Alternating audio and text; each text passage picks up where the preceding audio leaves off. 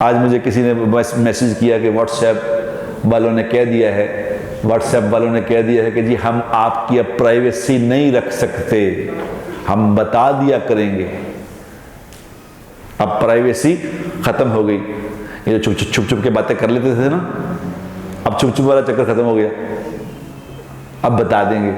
تو پریشان ہو گئے لوگ، وہی ساڑھیاں گلیں پتا ہوگی نہیں لوگوں کو، سارے پتہ لگ جائے گا۔ ابھی میسیج آیا کسی نے مجھے کیا، میں نے کہا وہ یہ اس کا اتنا خوف کہ لوگوں کو پتہ چل جائے گا۔ ایک دن آئے گا جب ساری چیزیں کھول کے سامنے رکھی جائیں گی، جب کھول کے دکھایا جائے گا۔ وَامْتَازُوا الْيَوْمَ أَيُّهَا الْمُجْرِمُونَ، اس دن کہا جائے گا اوئے ادھر ہٹ کے کھڑے ہو جاؤ، ادھر ہو جاؤ۔ وہاں دنیا میں تو ملے ہوئے جلے ہوئے تھے نا، وہاں پتہ نہیں چلتا تھا، نافرمان بھی بیچ میں ہی، فرماندہ بیچ میں گل مل ہوئے تھے۔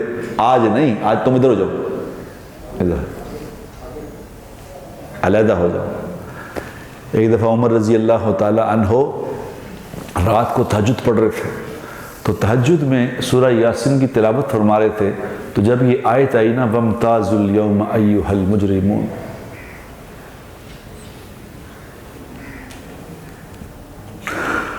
وَامْتَازُوا الْيَوْمَ أَيُّهَا الْمُجْرِمُونَ، مجرموں ادھر ہو جاؤ۔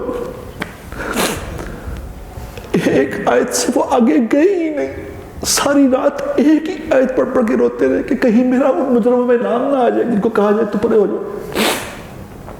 اس دن کیا بنے گا میرے دوستو اگر اس دن مجھے کہہ دیا کہ ادھر کھڑا ہو جاؤ۔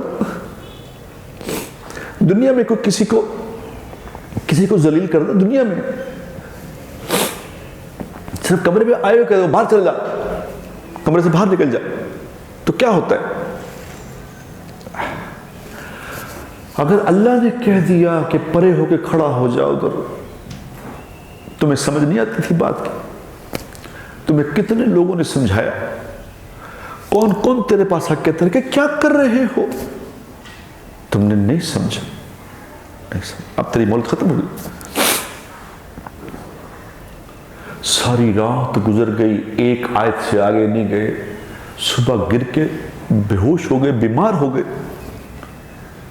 اچھی کہہ رہے ہیں گل ہی کچھ نہیں، کوئی مسئلہ ہی نہیں۔ یعنی عمر رضی اللہ تعالیٰ عنہ بڑے گناہ گار تھے، ہم نیک ہیں، ہمیں پتہ ہی کچھ نہیں۔ اللہ کے سامنے پیش ہونے کا کوئی خوف نہیں، واٹس ایپ کا خوف ہے، واٹس ایپ کا خوف آ گیا کہ میری غلط باتیں لوگوں کو چل جائیں گی، تو جہاں جو ریکارڈ کر رہا ہے وہ سب دکھایا جائے گا، اس دن کیا بنے گا بتاؤ؟